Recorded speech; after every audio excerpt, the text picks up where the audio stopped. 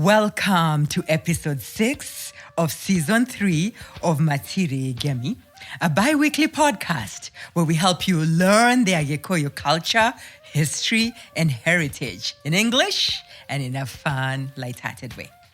My name is Jeriwa Demo Jiro wa Barea Kehara, and with me is Wayaki wa Yeshaga and Kingori wa Kanyi. In today's episode, your heart will break.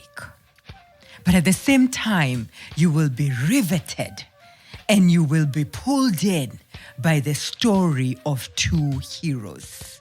One controversial and the other extremely courageous and everything that speaks to Oshaba.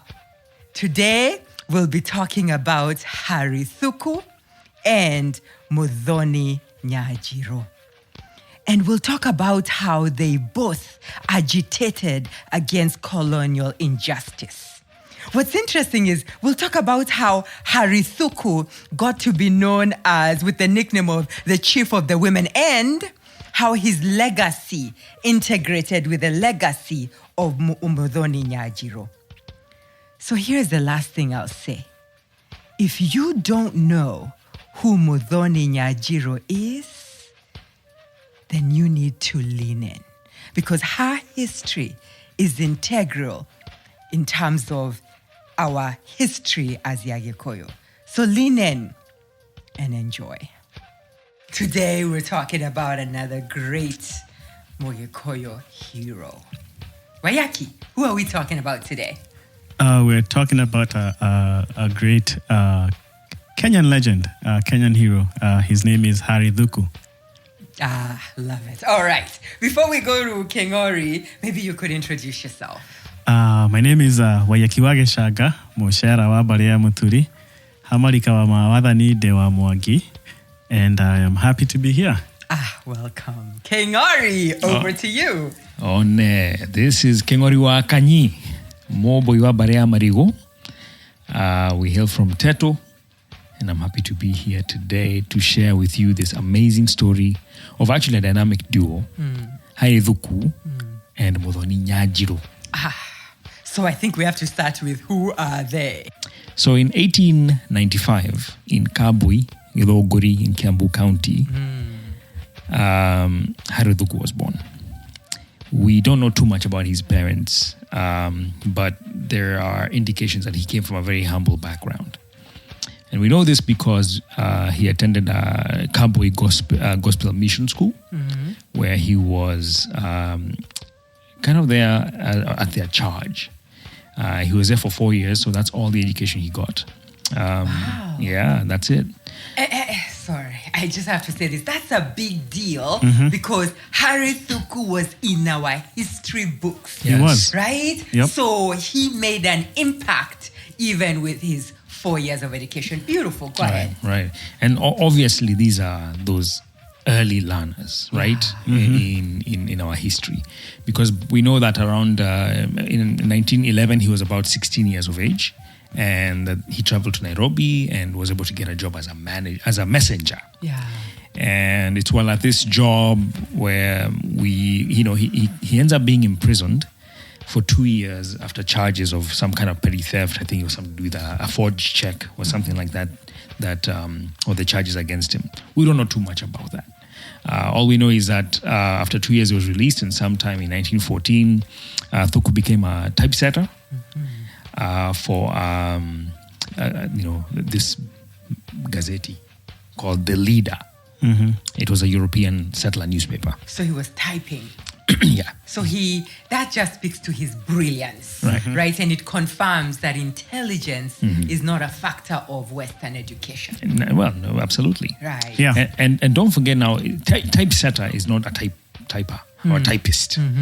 Typesetter is a guy who would set the letters on the. Remember that old technology, people who made this is a newspapers. Screen. They do a screen. Yeah. But you had to set the letters first, and make I don't know what they call those terms, but so that now you just put ink and then you can print multiple papers. Yeah. Oh, that was before my time, but Clearly, both your time. we get it.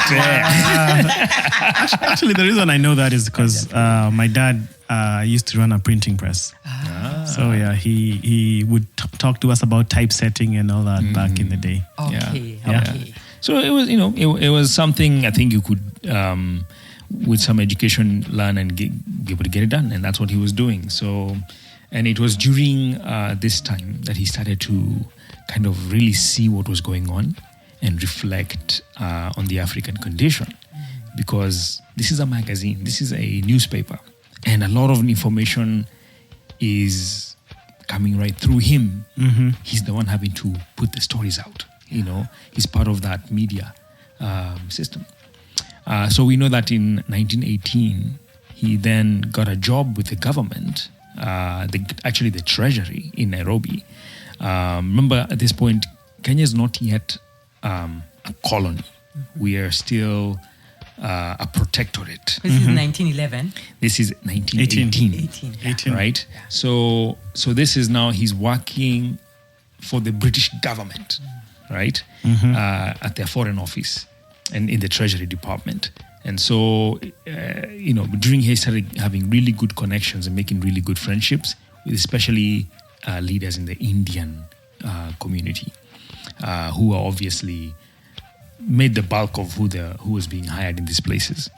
There was one particular member and leader of the Indian Association that was called M.A. Desai, who would become kind of one of his, strong allies.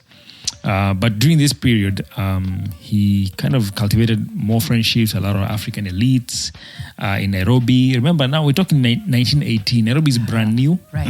It's like two, three streets, right? Everyone is from somewhere because they picked a swamp. Yeah. So there are a lot of people coming in. Obviously, it's dominated by the Indians, the Kikuyu who are nearby, maybe the Kambas. But it had already had a cosmopolitan pool, even at that time from its onset. So he's making a lot of friendships. There's people called Ishmael Gai. We've heard about them. Job Mushushu. There's Norman Mboya, Francis Hamisi, some other names, Mohammed Sheikh, and others. And so these folk would kind of be the main friends that would get him sensitized and politicized and things of that nature. So that by the time Kenya is declared a colony, that was July 23rd, 1920, he's there, he's aware, he's politically active. And life was getting tougher for Africans. And the reason why it was getting tougher is because we're talking about now post-World War II, right? World War II has ended in 1918. There is a huge World War One. World War One, sorry. Yeah. Thank you. World War One. And there's a huge problem in Europe. These veterans were looking for quick wins. And so they were kind of being pushed to go to the colonies. And remember, Kenya was designated a settler colony. Yeah, what does that mean? Right. So this means that of all the places that were kind of determined were their protectorates, Kenya was very attractive for them to come and actually live and make them their new home and displace their natives, us. Yeah. So, and specifically, what they would now call the White Highlands, which were the Mount Kenya region and some parts of Rift Valley. They really liked the atmosphere. They liked it was cool, it was green, it was just beautiful. And that's what they had picked out. And, I guess it's... and it was fertile. Yeah, it was fertile. So they could generate cash crops. Yes. Which at some point even they banned the natives, so to speak, from planting cash crops. They could only plant... I don't know if you guys remember when we did GHC, there was... Or agriculture, there was cash crops and subsistence crops. Yeah. So one of the main reasons that they settled in the White Highlands was, one, even the weather was very similar to some parts of England and the UK. It's sort of rainy, green. So when they came to find that climate, it was something that they were accustomed to without the harsh winters. Right. Yeah. I mean, and places like Limuru, Tigoni, Exactly. places like in Nyandarua, up there in Nyahururu, these are cool areas. Yes. They just loved it, and Yeah. they wanted that. Actually, and let me set a little more with the back because it's important. Even at this time, and even before Harry Thuku was, active, there was the issue of taxes that Oyaki had mentioned earlier. The native tax system had been set up in 1901. So even when we were now a protectorate, which remember were declared a protectorate, I think in 1895. In 1901, each household was expected to pay 1 rupee annually. Now you may ask, what is 1 rupee annually? Today we can't, you had to put numbers to it. But 1 rupee was enough wealth to buy a plot of land in Nairobi. What? Yes. And you're supposed to pay that Annually. annually. Now, Wow. of course, you can't imagine we're talking about the same kind of wealth today because land did not have the same value. But still, it was a lot of Yeah. A significant amount of It was money. a significant amount of money. Yeah. And then in 1902, it would go to 2 rupees. Just the next year, they would double it, gosh. and 3 rupees the following year. Okay, that was how fast taxation was being increased. Not only that, they ended up creating, So let me just pause right there. One thing that would happen with just requiring a hard tax was that each family would have to determine which one of us in this family are we going to send to work for a Muhindi or a Mzungu? Because first of all, we don't even have the money. There's no currency. It's not in circulation. The only way to get it is to send one of you to go do just that, right? And Go as they keep get a job. increasing the hard tax, you have to keep It's sending more people, and more people. right? And so that's one part of the backdrop. And then there was a second, the impact of the hard tax is that it started killing off the Igira. Remember we've talked about this? Because they're counting, well, how many houses are here? And therefore you have to pay 1 rupee Per or 2 or house. 3 per house. Yes. So what happened is that the men started realizing this Dingira is no longer viable, especially the younger ones. And they would say, let me just move in with my wife and we live in the same nyoba. And that had devastating impact in our culture. Like Something what? we can, I don't know if we can. Yeah, like what? Yeah, let's talk about Wayaki, yeah. So one, the men were not used to. So why does a man have a digira?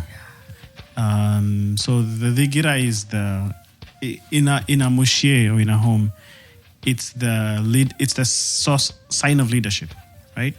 So when the man moves into his wife's house at that time, remember, one of the reasons for separation was when the boys, if he had sons, the sons would eventually move in with him or be able to be taught the ways of men by the man.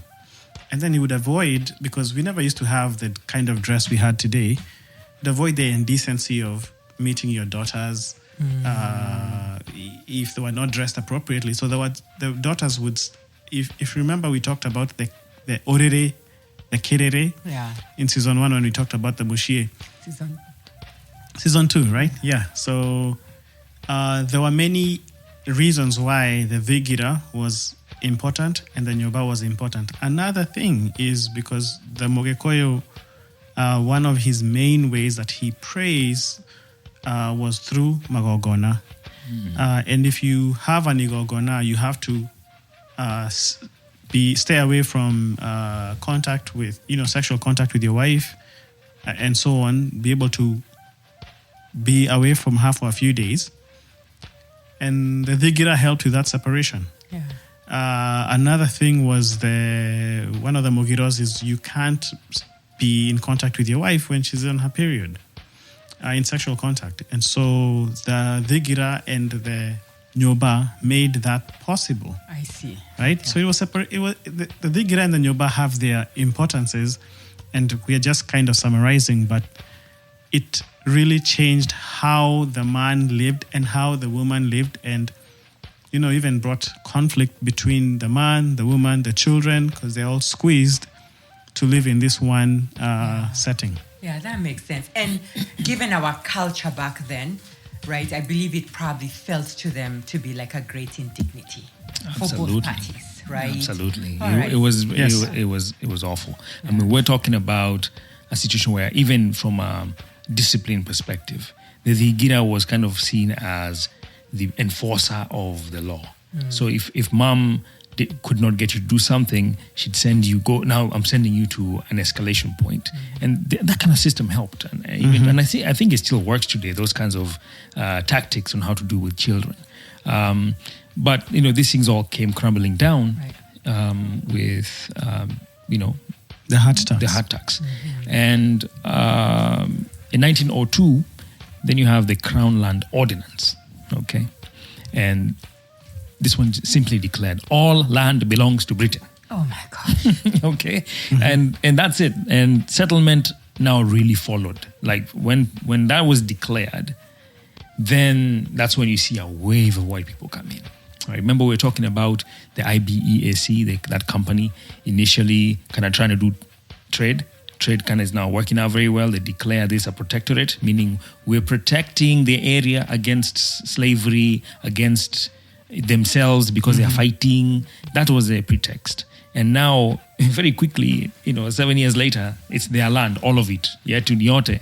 And then in 1910, we have what we call the poll and hard tax ordinance. Now they've added a poll tax. Poll tax means all men 25 years and up were to pay an additional tax.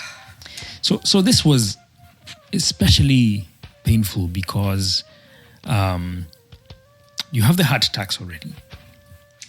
And now you have a poll tax for each grown man. So each grown man is paying taxes. And now they have to force now the women to go work because they have to come up with now the hard tax. Before you could probably sacrifice a son to go work and then they'll help you pay the hard tax.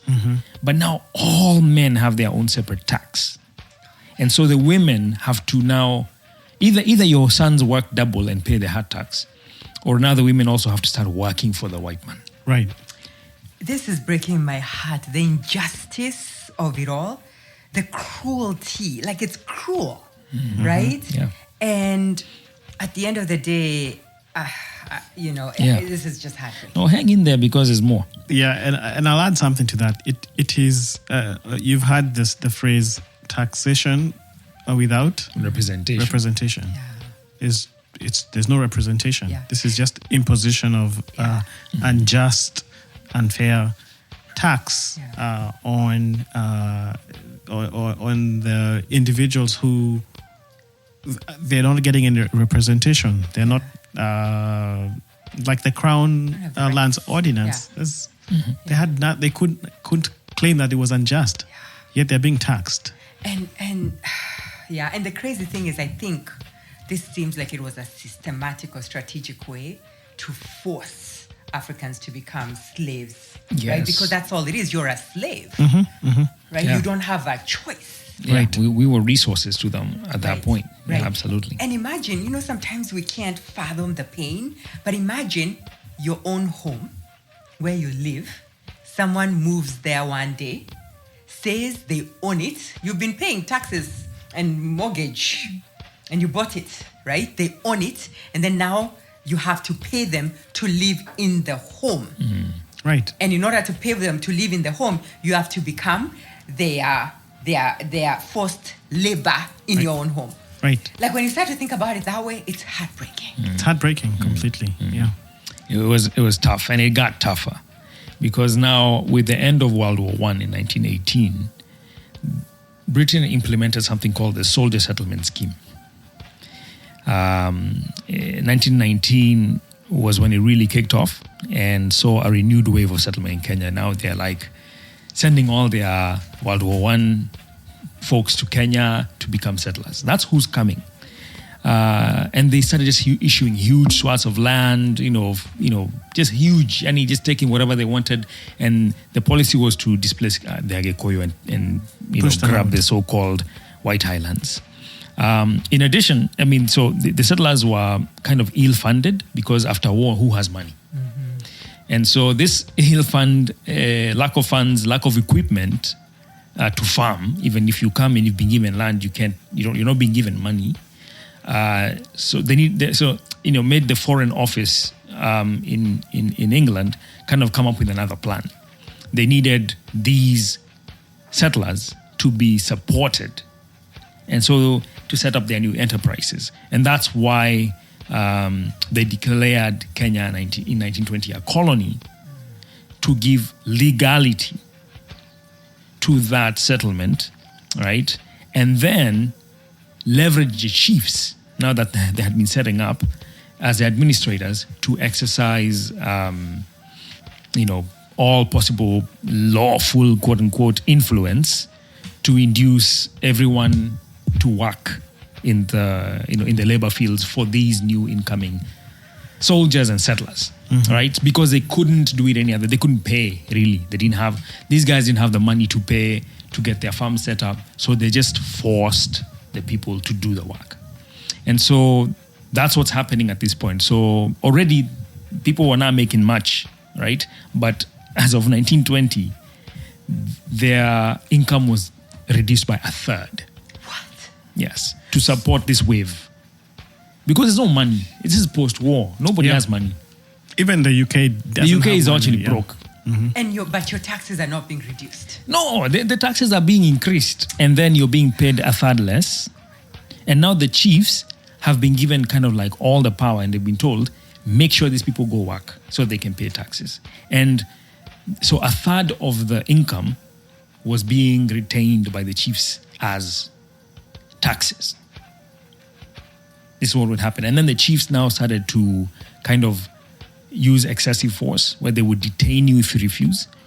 And not just that, if let's say they wanted you to dig a trench, you would be kind of like held in that area for days, if not weeks, until you finish digging what they were supposed to dig. Because now they were just given, they were told, go do whatever you want to do. And don't forget, most of these chiefs now, the ones who were given power, were often dubious characters already. Right. Someone who's a kind of an outcast, a son of a chief who's not liked, who's kind of have a chip on his shoulder. They'd pick those characters and groom them to become the chiefs at that point. And so these people already had a chip on their shoulder and had a they felt that they were not welcome in the community for some reason. There was there was friction on most of these guys. There was a bit of friction, and so that's what was happening. And the chiefs, and they are now so-called askari, were given so much power that it became apparent that there were a lot of rapes happening of these women who are being now held. Remember, your mano is already gone. Your husband is working somewhere else, in a farm, far away, and you've been left to the chief's protection. And now the chief has these people need to work and do X, and it's up to you. And they're being really leaned on heavily. And so this is what's happening in 1920 when we see Harry Thuku kind of step up. And another fact is that, just to give a little bit of context around this issue, in the 20s, the hat and poll taxes accounted for 70% of income the government was getting for its operations. So it was a significant source of income, Revenue. And it was being used to prop up white settlement. So you talk about taxation without representation. The representation is there, but to the wrong, the representation is being offered to the wrong people. Right. The people who are not being taxed. Right. So that's what's happening in this particular era. Can I just go off tangent a little bit? This for me has been hard to hear. But what it triggers me is this, how we now look up, and I'm saying not we, as sometimes as a community, to the white settlers. Some of them will still remain there, right? But just as that reminder that looking up to that history is almost like legitimizing and making what happened to our ancestors okay. Right. Yeah. Yeah. I agree 100%, and it's disheartening that this is not the history that we learned when we went to school. Yeah. It's not. It's really, this history has been orally passed down, and a few authors have written down their accounts, and that's how we know that this was happening. Because when we went to school and when colonialism ended in 1963, when we got independence, these truths were not published in the textbooks for us to learn. Right. So this is really what was going on. You're right. The way they paint the history is that, hey, we came to civilize, the savage and rescue them from themselves, but that's really not what was going on. And Harry Thuku is very clear on this. He's seeing it now, and he wants to do something about it. And so in response to all of this, the Kikuyu Association was formed that year. And this is 1920. KCA. Just KA initially. Oh, Kikuyu. Yes. Oh, yeah. Okay. And this was Harry Thuku with those other friends we talked about earlier. And Harry Thuku is a secretary. And he's trying to find a way, they're all trying to find a way to have a collective bargaining, to start agitating against working conditions. Then, Thuku felt that KA was not demanding enough from the British authorities in Nairobi, and came up with a strategy where they're saying, maybe we need to just talk to London, right? And because there were some frictions internally, he led a breakaway group called the Young Kikuyu Association.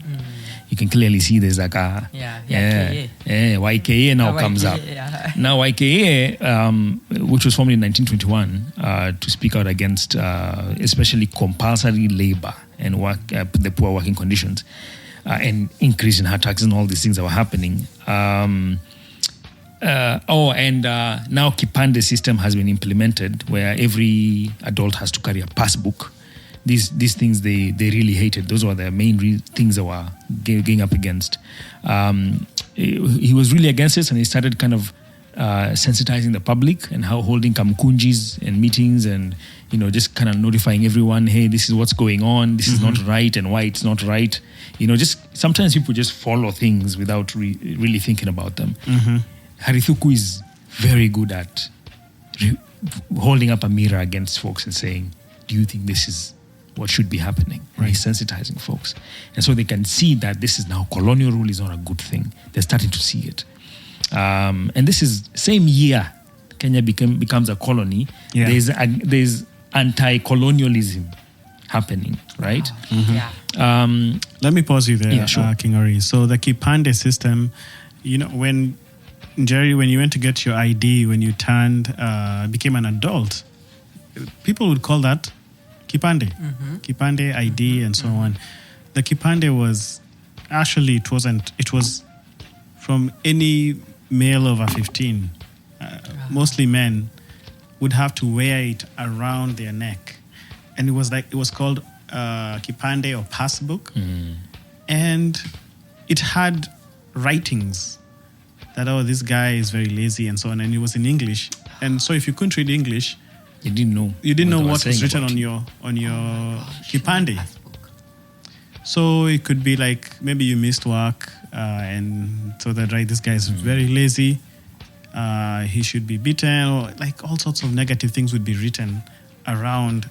And you're carrying this thing, and you have to have it. If you don't have it, you'll be arrested. That was punishable by itself. Yeah, you have to have it around your neck. It was literally like a chain around your neck. So the Kipande system, we call our IDs Kipande, but it has a long and unsavory history for our people in Kenya.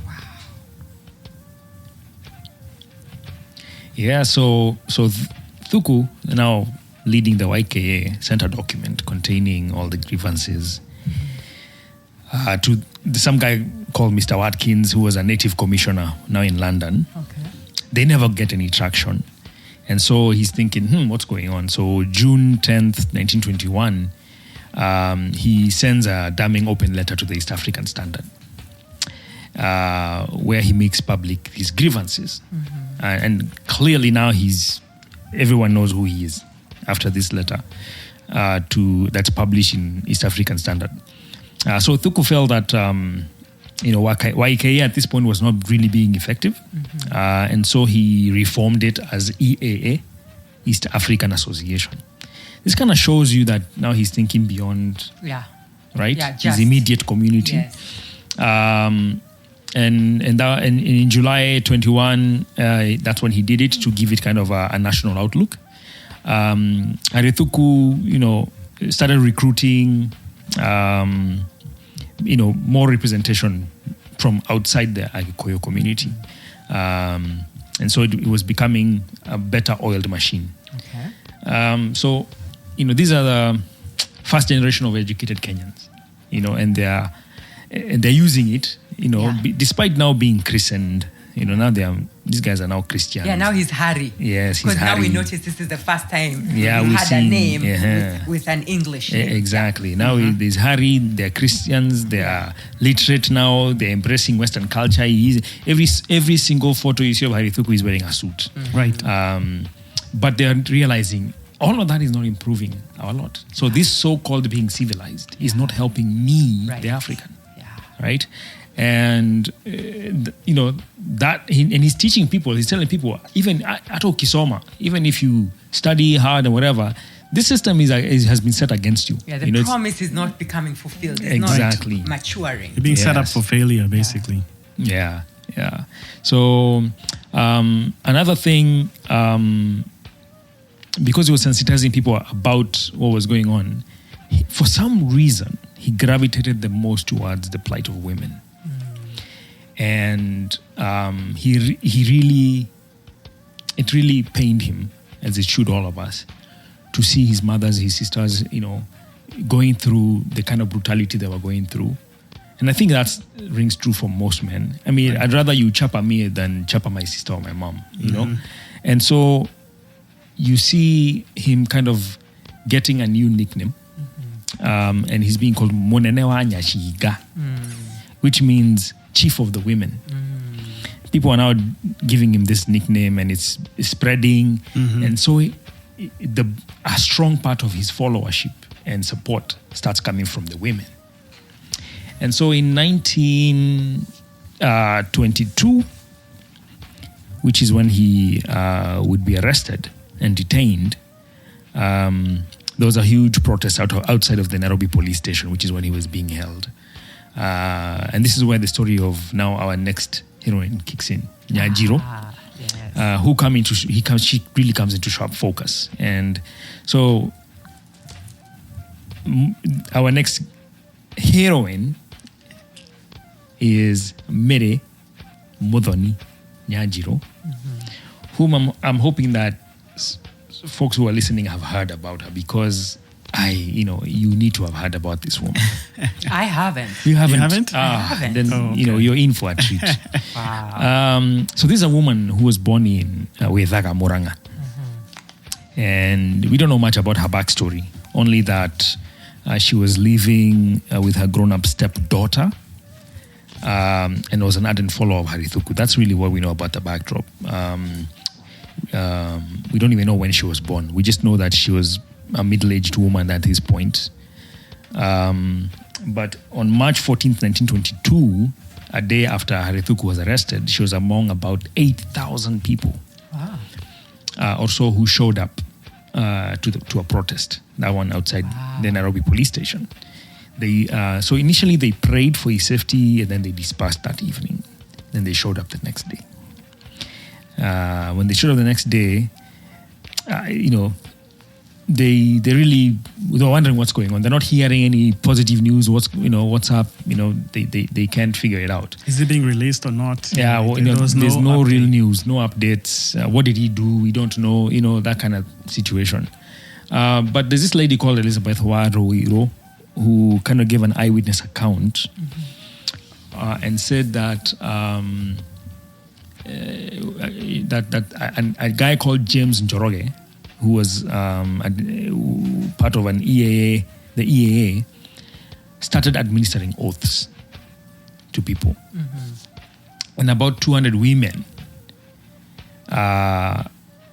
were given an oath. Now, this is not normal. Women never used to partake of oaths. No. In Kikuyu culture. So this was very controversial, but it happened. It was forbidden because most of the time these things, they affected Roshiaro, your birthright, your children and things of that nature. So women have really avoided taking things of that nature, an oath. Oaths are very hard to undo. We would see those oaths happen later, and everyone taking oaths later. At that point, yeah. In the 40s and 50s during the Mau Mau rebellion. But at this point, this is like controversial. Yeah. But either way, they take the oath, and the next day, they just appear to be more organized. And they're clearly leading a charge. So The this women, is the now 200 women. yes. Now this is March 16. Now March 16, where 6 officials of the EAA and people in that crowd were kind of selected to go and meet with some Mr. Bowring, who was the colonial secretary, who assured them, hey, due process is being followed. Don't worry, Thuku, whatever is going to happen is going to happen. He will face trial. And then told them, please go and tell the people to disperse. But the crowd wouldn't have it. They were like, the crowd was like, what do you mean? We thought you were going to release him. You're not releasing him. That's all we want to. We came to ask you to release him, right? And so the people started starting to disperse slowly when the women kind of surged forward, right? And started to march and push towards the police station. Now, this was happening on what is today Harry Thuku Road. And there's a police station on this side, and on the other side, there's Norfolk Hotel. Right? And this is what's happening now in between. And there are European revelers in Norfolk kind of just doing their thing. Right. Happy Valley mode. Drinking a Tusker. Having their Kataska. And on this side, all these people have gathered, thousands. And so it is said that now guys are starting to disperse still, even as the women are charging, the women started calling them cowards, and accused the delegation of having been bribed. They were just agitating. And then the men kind of, they would change their minds, start coming back, that kind of thing, until the women, and then this is where Muthoni Nyanjiru steps forward. She surged to the front of the crowd, lifts her dress, over her head, and cried out, take my dress and give me your trousers. That's what she tells them. Yeah, you men are cowards. Where are you? What are you waiting for? Our leader is in there. Let's get him. Yeah. Okay. Yeah. This is what she says. This is actually not a new thing in Kikuyu culture. This is called Goturamira Adu. Goturamira Kiridi. Goturama is to show your nakedness. Show your nakedness, yeah. And it was a big deal if it was such a huge insult, such a huge challenge among the Gikuyu for a woman, especially a woman of that age who was old enough to be your mother, to show her nakedness. It was like the most degrading thing that could happen to a person, and it surely was going to compel them to redeem themselves. Yeah. Right? And this is what she was doing. It's a powerful symbol of women's defiance. And actually we'd see that even later. We'd see those symbols like Madai and those times. They did these things. Yeah. But this is what Nyanjirû does. And, as she does this, all the women present, they started ululating, Gemi, with their approval. And now the crowd started to surge forward. Until... Now, the story says that the Askaris had not slept. This is what the story says. That in these 3 days, these guys probably hadn't shut their eyelid one time. And so they were under pressure. Yeah. They're in the front of that police. They're overpowered. And so it just proves to be too much, and the Askaris just open fire. What? Yeah. They open fire. They open fire and just Unfortunately, Nyanjirû was probably the very first person to take the bullet. She was at the front. She was at the front. She was right there. And so estimates say about 100 or more people died that day. And not only was it the police firing from the police station, but eyewitness accounts say that revelers, the colonial settlers at Norfolk, also started shooting the crowd from the back as they tried to escape. So that's the story. But when all of that was after all that happened, they say the government official record was that only 21 people died, 4 of which they say were women, including Nyanjirû. And that's the story of Mûthoni Nyanjiru. What a woman, right? Brave. We send so much gratitude to her bravery. Indeed. I mean, this was probably the first, not probably, most likely the first post-colonial death in Kenyan history. Really? Yes. She's the first one to stand up and die to bring down colonialism. Wow. Yeah. So then how does the story end for Harry Thuku? Yeah, so back to Harry. So Harry is dispatched very quickly to Kismayu, Somalia, after being found guilty. It's not even clear what he was being charged for. EAA was disbanded, and then government restricted organizations from then on only to tribal groupings. I see, because he had tried to bring intercultural, interethnic. Exactly. Wow. They were hell-bent on stopping any kind of national uprising. Yeah, divided. Yeah. We are strong. Divide and rule. Yeah. Yeah. So, but that's not the end. In 1924, while Harry Thuku is still in Kismayu, KCA is formed. Now Kikuyu Central Association. Which took up that mantle for EAA, whatever. So KCA in 1927 would be the ones who recruited Kenyatta to represent them in London. So that's who sends Kenyatta to London, thrusting him into international stage. 1931, Harry Thuku is released. Okay. And kind of allowed back to go to Kiambu when he promptly joins KCA. It's like that. And the next year, he actually becomes a chairperson for KCA. And then 35, he quits KCA and tries to reconstruct EAA, but now as the Kenya Provincial Association. So there's a little controversy here because it's the KPA had a kind of a loyalist tinge to it. One of their rules was actually that every member of this organization, and I'm reading this verbatim, every member of this organization will be pledged to be loyal to His Majesty and King of Great Britain and the established government, and will be bound to do nothing which is not constitutional according to the British traditions, or do anything which is calculated to disturb the peace, good order, and government. Wow, that's surprising. That's a twist. It's a very quick turnaround. It's a flip.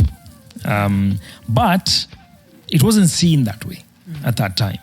It was seen as someone who, yes, we want to improve the lot of Africans, but we probably are subscribing to the necessity of this colonial experiment from a perspective of what the English were selling, which is we're bringing you education, religion, blah, blah, blah. Medicine, technology.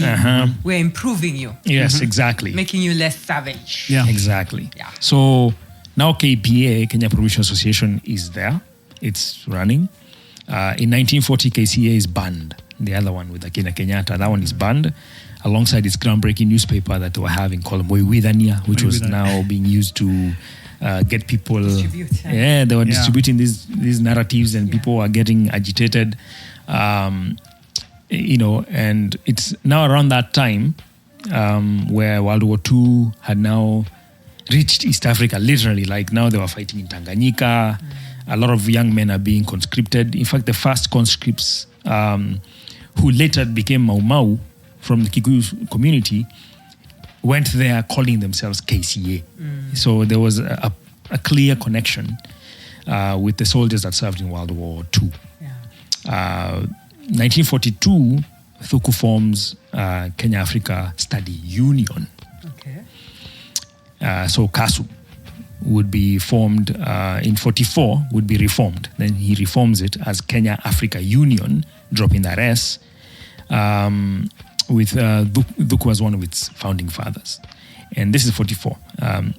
But he would leave literally months later, like 3 months later, after he was being suspected of kind of still being a sympathizer with the colonial system. And he was replaced by another name, big name you've probably heard, James Gishuru. In 47, Kenyatta becomes kind of like the de facto leader of now this new KAU, Kenya African Union. By this time, kind of Thuku is being viewed as a moderate in political struggle.